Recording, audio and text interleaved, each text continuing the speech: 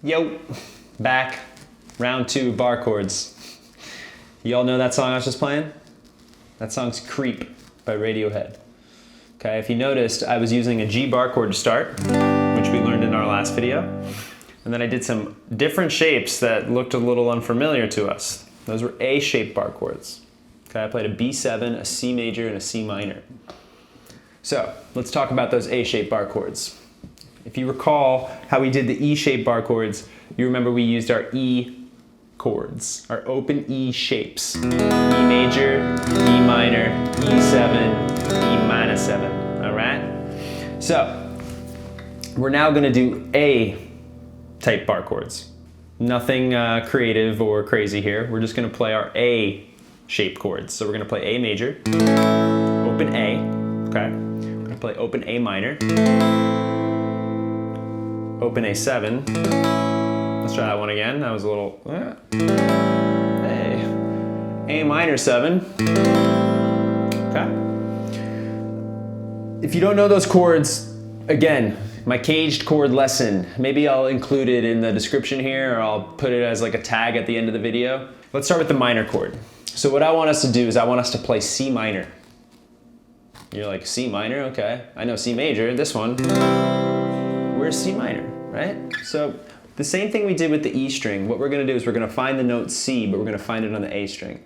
So we're gonna go A sharp or B flat, B, C. So you notice I'm back on the 3rd fret, okay? Like we were in the last lesson when we were doing G chords. Go play your A minor shape, your A minor, not shape, your A minor chord, open A minor chord, okay? And then we're just gonna use this shape of this chord. We're gonna change the fingers around, just like we did with the E family. So I'm on 3, 4, 2 with my fingers on an A minor. Take that first finger, barring it, I'm like on the nut right now, the nut of the guitar. And then I'm gonna go up 1, 2, 3, C minor. Okay, so this is C minor now. Okay, A sharp, B, C. A sharp, B, C. A minor shape with the chord. Now think of A7. So let's now play that A7 chord though with 3 and 4, and then again walk it up. Now I'm on A sharp, B, C, C7. Funky, man, super funky.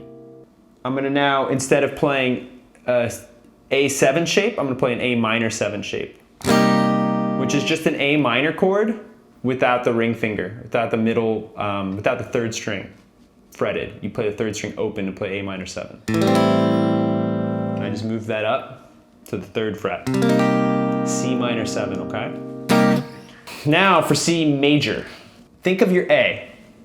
Think of your 2 ways that we can play A. And if you're unfamiliar with both ways of how to play A, it's okay, I'll go over this right now.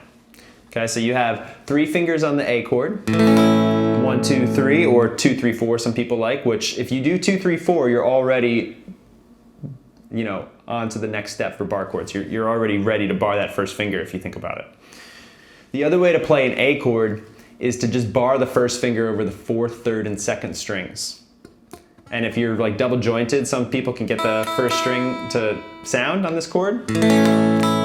Me, especially as I get older, I cannot get that finger, I can't bend my knuckle that way, but that's okay, most of us can't. Most of us just end up muting this 1st string. So you get, okay, so you're playing 5, 4, 3, and 2. Let's go back though to this 2, 3, 4 version of the A chord.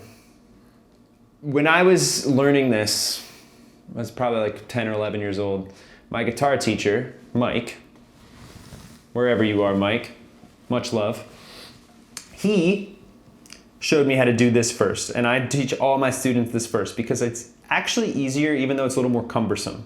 It doesn't require as much strength is really what I'm trying to say, okay?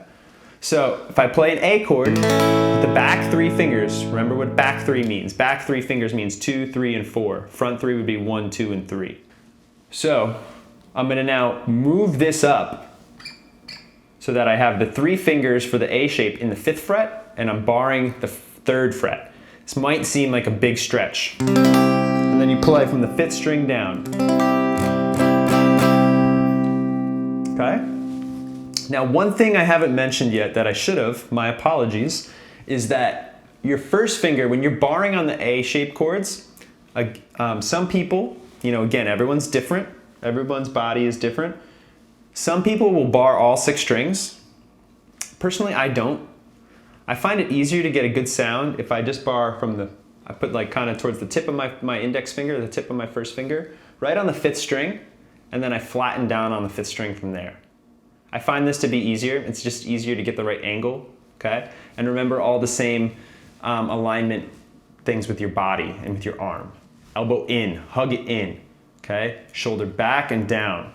Like I'm exaggerating right now, but you don't want to be like this, playing bar chords, okay? You want to be in, down, and back, okay? That puts us on the outside blade, the thumb edge of our index finger. Cool. All right, so we're back on C major. This is the A shape on the 3rd fret. So what we're gonna do is we're gonna mimic this idea of barring the A chord. But obviously I can't use this finger to play it because I have nothing to bar the 3rd fret, right? You see, I just moved my first finger up to the 5th fret from the 2nd. Let's switch that to the 3rd finger. And then we're gonna put our first finger on the 3rd fret on the A string. And we're gonna droop it down. It's gonna kind of feel like a curtain coming over the strings. Now, because you have the 5th fret barred on the 4th, 3rd, and 2nd strings, the D, G, and B strings, you don't really need to bar your first finger here. Okay, some people will. And again, some people are really double jointed. So some people will bar the 1st fret and they'll be able to get the 1st string to sound here. Let's see if I can do it. Oh man. You just need to focus when you're doing this one on the middle 4 strings, 5, 4, 3, and 2. Play that 5th string, 3rd fret with the 1st finger and then barring the 3rd finger on 4, 3, and 2. Okay? 4th, 3rd, and 2nd strings. Sounds like this.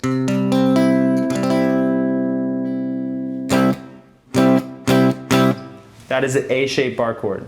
Now, the next step is to move all these chords up and down the neck of the guitar. So you can start with B flat, B, C, C sharp, D, D sharp, E, F, F sharp, G, G sharp, A.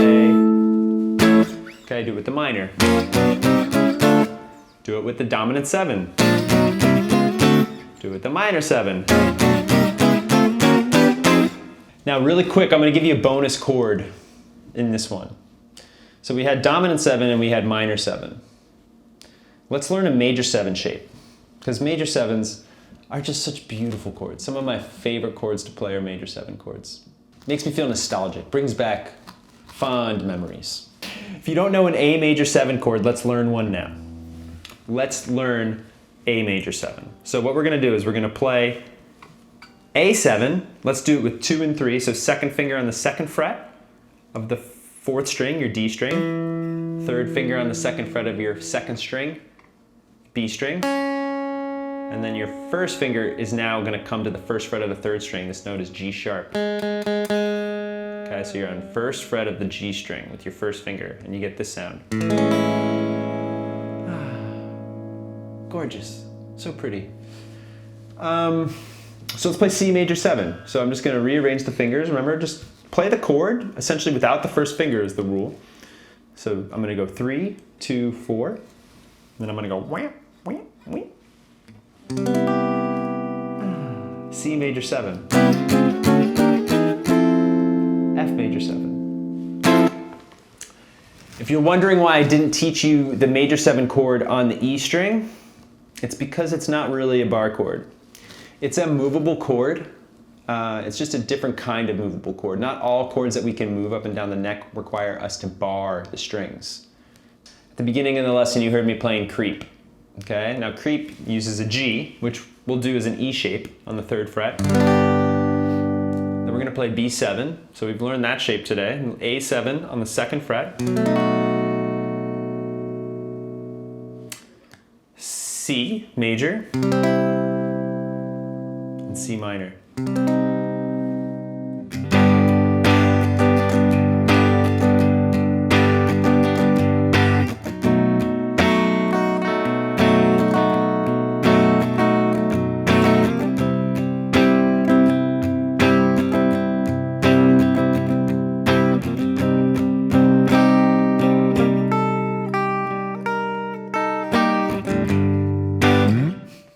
Don't worry about all that fancy stuff at the end. Just play the chords. PDF for the song is available in the description on my website, petecornellmusic.com. Also, there is a PDF that will show you the shapes, diagrams for the chords, and some exercises, okay? On the PDF, the first 2 exercises are for E-shaped chords. The second 2 are, well, the third one is an A shape, and I'm trying to, off the top of my head, think about it. 4 and 5 are combinations. Also, you'll see all the root notes on the PDF for the E and the A string. Okay, so you're gonna have all the notes on the first 12 frets for the E and A string to help you know which chord you're playing. So if you're playing like an A-shaped chord and you're on the 8th fret, whatever note that you're playing on the 8th fret is on the A string, that would be F. Whatever that is the name of the chord. And then if you make it a minor shape, it's minor, okay? So I'll leave you with this concept. The thing you want to ask yourself when you're playing bar chords is this. Where is my root? Okay, so what fret is it on? And is it on the E or the A string? And then you ask yourself, what is the quality of the chord? And when we say what is the quality of the chord, what we mean is the chord major? Is it minor? Is it a dominant 7? Is it a minor 7? Is it a major 7? Is it diminished? Is it half diminished? Is it augmented? Is it altered? All right, those last few we didn't talk about today, but we will at some point. But that's what the quality of a chord is essentially, is it major or minor? So where is my root? Which string? Which fret? And then what is the quality of that chord? Now, last thing, final exam for bar chords is a song called Hook by Blues Traveler.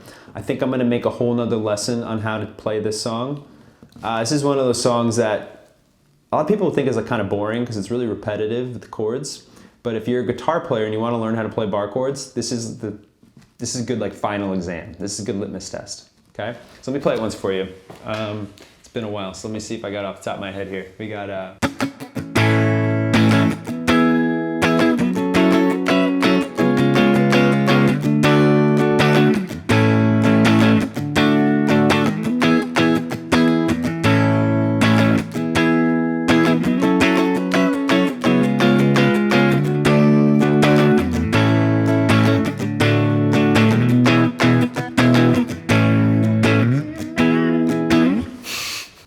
I hope you all enjoy bar chords. Like I know they suck, they're hard, they're tough, okay? But you will get really strong and you will get much better at the guitar by doing this. You will also start to exercise the music theory muscle by learning bar chords, because like I tell all my students, don't just know the fret you're playing on. Be a musician, know the name of the chord, okay? Really important. And the more you think about that music theory stuff, the more it starts to connect all these little neural pathways in your brain, and it actually will help your fingers. It'll make you a stronger and faster and more coordinated guitar player. I promise you. I promise you, I wouldn't tell you that if it wasn't true. It helped because it helped me, okay?